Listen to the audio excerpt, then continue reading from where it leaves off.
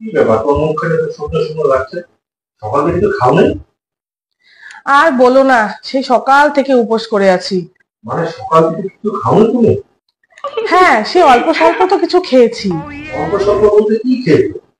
ওই একটা আপেল খেয়েছি, ও, ওই দুটো কমলা লেবু, একটু ছানা, আর ওই দুটো আটার রুটি, আর দুটো মুসাম্বি, এই এতটুকুই খেয়েছি।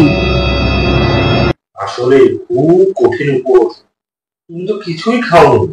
হ্যাঁ, এখন ভাবছি একটু মোটা ভারী করে না, একটু দুধ জাল দিয়ে খাবো। এই শোনো, মোষের দুধ খাও কিন্তু।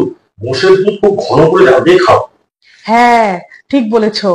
তাহলে একটু না ভারী করে মোষের দুধ জাল দিয়ে খাই। হ্যাঁ, ঠিক আছে, তাহলে তুমি এখন কাজ করো, আমি আসি। হ্যাঁ। বাবা, মোবাইলটা মানে হ্যাং হয়ে গেল। তো